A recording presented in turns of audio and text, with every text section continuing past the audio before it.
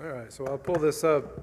I'm going to share how we ended up in Peru in the first place, and then I'll give an overview of the week, and then everybody else will share some of the details for what we did.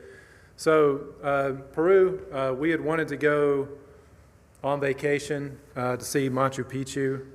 It's something we had talked about as a family, and had been planning for a couple of months.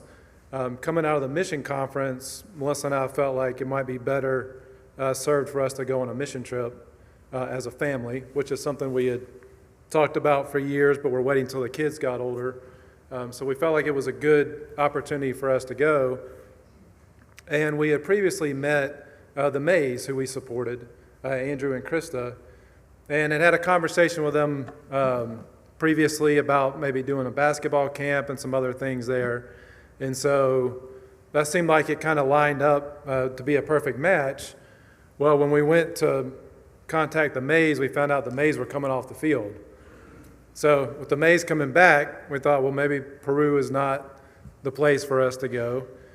So as we started looking around, praying about it, talking with Dee, talking with Mike, we didn't really connect with any place or feel really called to go. And Melissa was looking on MTW's website. This was I think it was back in April. And she contacted, you'll see a picture of Keith here in a minute, but the team leader for Cusco, Peru, Keith Paulson, who the Mays had worked with, sent him a message to see if they might be interested in having us come.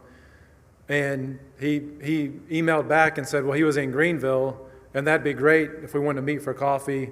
And that's kind of how it started. So I couldn't meet with them. Melissa was able to. We had an instant connection there. So this is Cusco. We flew in to Cusco on a Thursday. We left Atlanta on a Wednesday, flew to Lima, and then Thursday we flew to Cusco. We had 5 extra bags apiece, almost 250 pounds of extra supplies, gifts for the orphanage, which we greatly appreciate, all donated by the congregation here. So we're lugging these extra bags around. We met Keith on Thursday night. He took the bags from us. And then Friday and Saturday, we went and explored Machu Picchu and then came back on Sunday. So Sunday, we went to church. This is one of the local churches in Cusco. There's another church where Keith usually attends. You can kind of see him preaching in the background. But this church is without a pastor right now. So Keith has been preaching for about the last 6 weeks there while they look for an indigenous pastor. So we were able to worship with them on Sunday. And then while we were there, we got to meet the rest of the MTW team and then spend the day with them actually at the Henson's house. So this is taken at the Henson's house. I'm going to start over with the silver-haired gentleman on the right. That's Keith Powelson, and then in front of him is his wife, Ruth. They're the team lead for Peru. They've been there for over 16, almost 20 years, I believe. Keith's parents were missionaries, and then Keith and Ruth have been with MTW since 1984. And they've been in Peru, I believe, for the last 20 years. Next to them in front, the lady there in red, that's Julia King. We support her as a church. She's there as a physical therapist. The child she's holding is one from the orphanage. Behind her is Dr. Nathan Henson. And then his wife is the blonde there to the other side. They've been there for 14 years. He's an optometrist, and he runs a clinic there. And then the two younger ladies in the middle, one of them teaches the Henson's children, and then the other one is a summer intern. So we got to spend the day with them on Sunday. It was nice to meet the whole team together. And then Monday through Thursday, we went out to the village near where Ruth and Keith live. The boys and I did some service projects. Melissa and Allie helped with the children. And then on Wednesday night, I shared my testimony with a Quechua Bible study. The Quechua is the indigenous tribe there in Peru. About 60% of Cusco are Quechuans, another 30% are mestizos, and they speak a mixture of Spanish or Quechuan. And then on Thursday, Melissa was able to share her testimony at a women's Bible study. Friday, we had a free day, and then Saturday, we came back home. Now Andrew's going to come up and share a little bit about what we did. So here is us three with the Henson's children. On the right is Lucas, he's adopted, and then there's Noah and Silas. Here's the physical therapy clinic that is right next to the eye clinic where Mr. Nathan works at. This is Miss Julia's, this is where she works. She does physical therapy with all types of people in the community, but especially the disabled children. And this was built by hand by Mr. Keith and Mr. Nathan and other teams that have visited in the past. Here's the eye clinic, which is in a different area of the city. This was also built by missionary teams and Keith and Nathan. And so they actually have the best laser eye technology in the world, which it's there because you can't really get it here because of all the complications and certifications and stuff. And Mr. Nathan actually doesn't make any money from the clinic, even though they have tons of patients. They don't charge a lot of money compared to here, especially. And they serve the rich people and the poor people.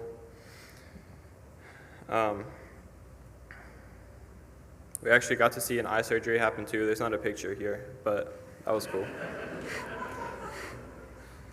There's also a dentistry in the eye clinic. This room on the left, I actually got operated on in because I had a wisdom tooth complication while we were there. And so that was nice. They also have a pharmacy in the building. It's on the right, so you don't have to go into any pharmacy to get your medicine. It's just right there for you. Here's the street. So the town that the Palatins, Keith and Ruth, lived in was actually not part of Cusco. It was like 10, 20 minutes drive from there. So here's the main road in that village. It's also where the orphanage was and the church, where the VBS was at. Here's a basketball court that was behind the orphanage. This was really cool, I thought, because I got to play there for a while, and there's just the mountains right in the background. And we also got to play with some of the locals after the VBS, me and Jacob.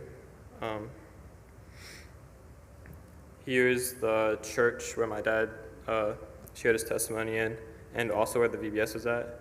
And one of the biggest moments for me of the trip was this man in the blue jacket on the left.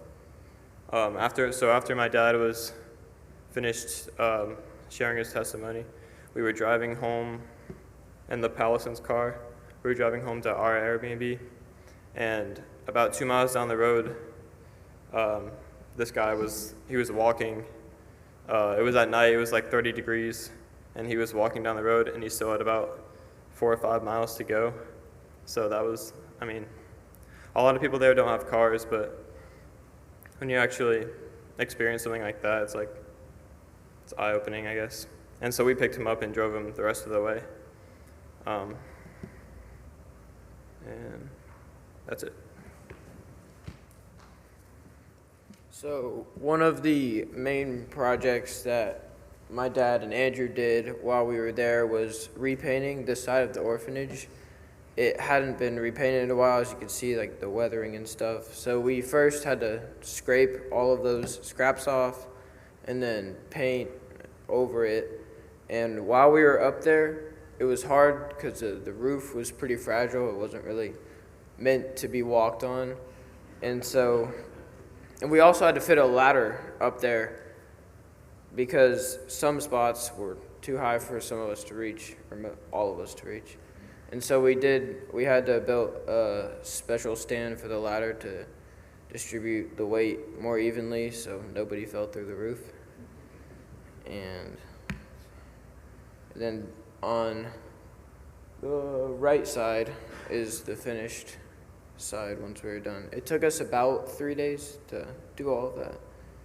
And then here you can see us painting the outline of the volleyball lines, which we measured and painted all of that. Because every Sunday they have like a local volleyball game that happens. It's like part of their ministry to sharing to the local people, and everyone gathers around and play volleyball together and share the gospel.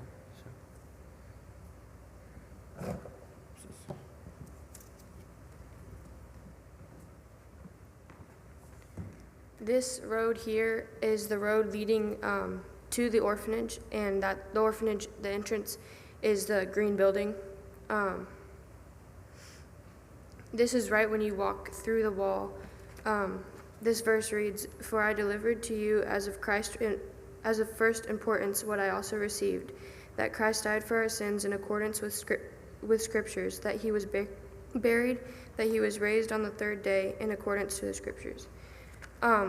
People that are looking to adopt walk in and see this verse, and it gives them an automatic connection with the orphanage through the Bible and the people working there. This is the Josephine house, and on the right is the playground and where the kids would come out and play every once in a while. And then on your right is the kitchen. They had a full-time cook there that worked for them.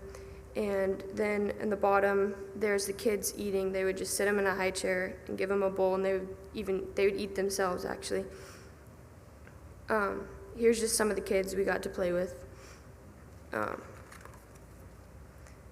And yeah. And in the middle, that's actually one of the donations we got that we took there. And there's actually 25 kids there under the age of 3. Their mission there is to bring in the kids, love on them, and then get them out as quick as possible so they can be in actual homes with actual families. I thought a cool thing was how they want all the kids to have their own things in their own rooms and their own beds, so they give them a color thread, and they sew it in all of their clothes and their belongings so that they can have their own things.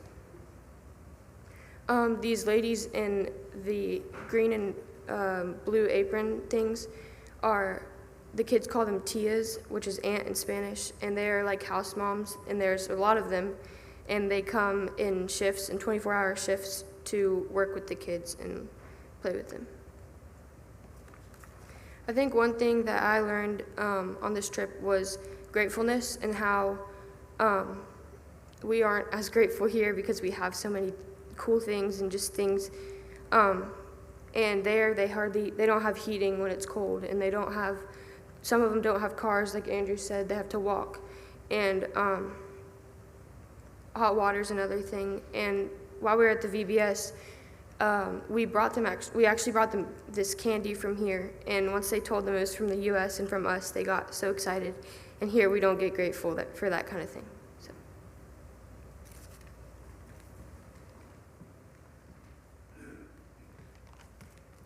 Just to add a little bit about the orphanage, that we were pleasantly surprised at just the care that they got there, and the love and the individual attention that each baby gets from all of the aunties that are doing all the duties all around the orphanage. They're actually playing with them and holding them and feeding them, and it just was a really loving environment, and that was something that I didn't necessarily expect going there and seeing this. So I just wanted to add that. But this is a picture of, so what we did was in the morning, Allie and I would spend time at the orphanage with the kids, The language barrier was kind of tough, so we would take the Pallison's son with us every day to the orphanage, and he would be able to translate as we saw what was needed, as we held babies, as we fed them. Most of it was really just being another set of arms to hold and love on these little sweet babies. So we would do that in the morning, and then they were all going down for naps. So it was very scheduled orphanage, so it was 12 o'clock was about nap time, so we would go eat lunch with the Paulisons. And then we had this VBS type thing that we held. This was planned by a young lady named Susan. She is not married. She is a local in the community, and she just loves the kids of the community and wanted to do this for them while we were there. The kids right now are in school because it's winter for them. So we held the VBS from about 3:30 to 6 every day. And so this was previously arranged, and Susan asked us to do the crafts, and that is just so fun for Allie and I. So we planned them, and we collected all of the items and took them, part of the 250 pounds worth of stuff that we hauled over there. But they loved it, and they just appreciated it. They listened very carefully to the lessons Susan taught, and they just enjoyed every craft that we did and wanted to post them all over the walls of the church.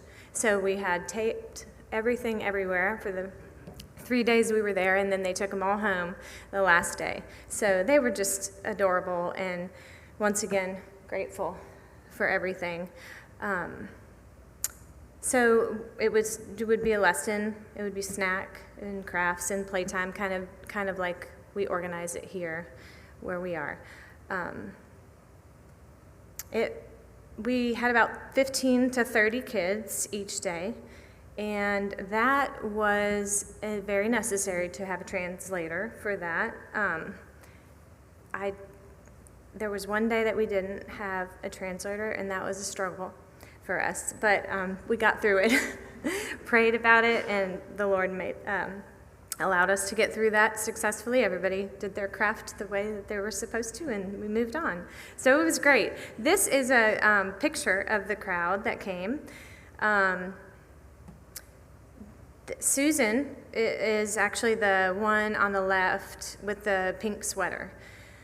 So that was her, and yeah, you can see the surroundings behind us are just the Andes Mountains. It was unbelievable. Everywhere you went was so gorgeous and a sight to see, not something that we see everyday life here. Okay, so Thursday night, they have a women's Bible study, and these are the women that came that evening, and I was able to share my testimony, and the lady in the jean jacket is Ruth, that's Keith's wife, but in the greenish jacket that has her back towards us, she was the translator for me that evening. She is Keith and Ruth's niece. She is married to a local, they have 2 or 3 children, but her name's Esther, and it was really sweet to get to know her. This time for me was really special.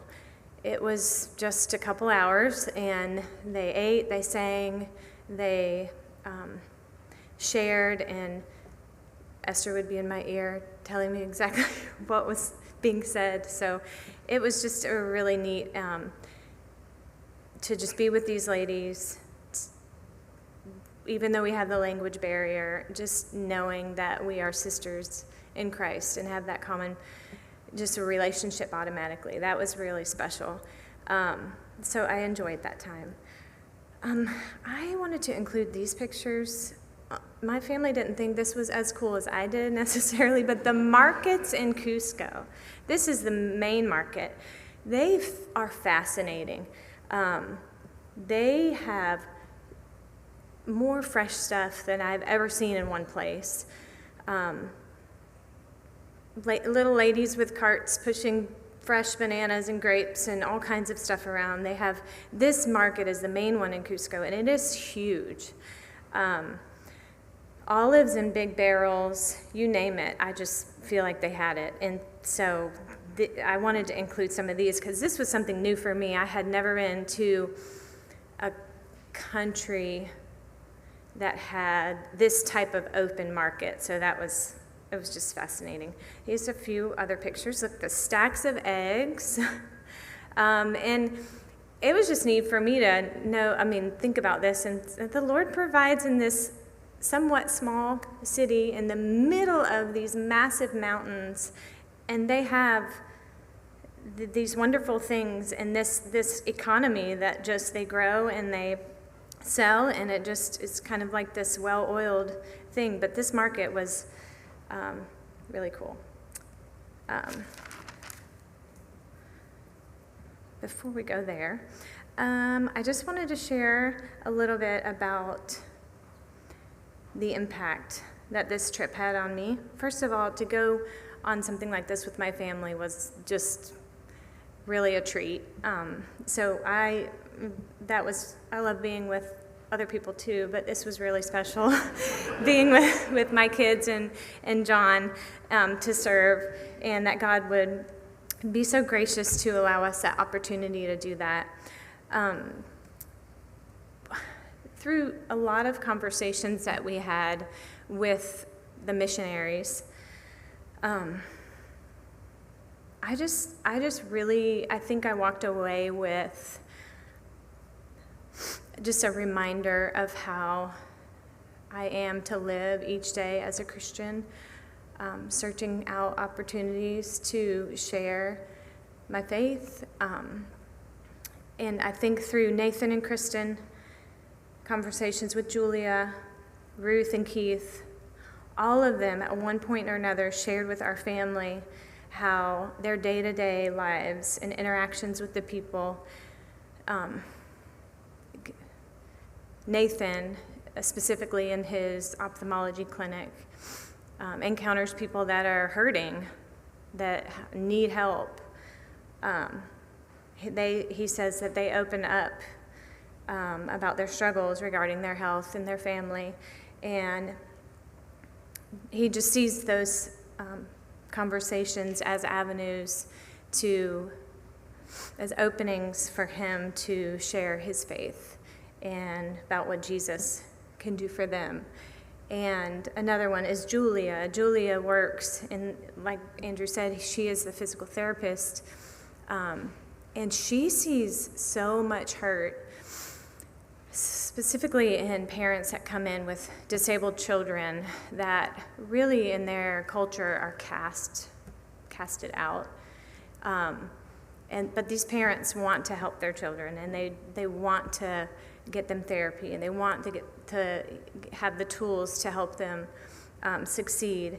And she just sees a lot of hurt there, and she always is on the lookout for opportunities to share what the Lord has done in her life, and how they need Jesus. And so I think one of the main things that I came home thinking a lot about is how short I fall from sharing day to day in my community and the people that I encounter. And it was really encouraging and encouraged me to do the same here. And thinking about how many opportunities I do miss because I am very selfish and consumed with my own self and my own agenda, and that just seemed that the message I got from the other missionaries was just how that is just really a focus in their lives each day. And so I think that is something that the Lord taught me on the trip. I'm just really grateful for being able to go with my family and see the things that God's doing in Peru. And he is just doing some great things. And being allowed given the opportunity to be a part of that, I was really thankful. And it really shouldn't have surprised us, but it somewhat surprised me of how the generosity of you all, the calls and the emails that I got. What do you need? What do you need? And the fact that we could, through family and friends here and our community here at Chestnut Mountain, could take the supplies for the orphanage. And y'all didn't have much notice, but things were pouring in, and they were so grateful for those things, because it is not easy to get even tinfoil over there. That's one of the requests of Ruth. Could you please bring me some tinfoil? I'm like, absolutely, could bring you tinfoil. And Twizzlers. Yeah, and so just among so many other needs, those were some things that we were able to bless them with. So anyways, that's...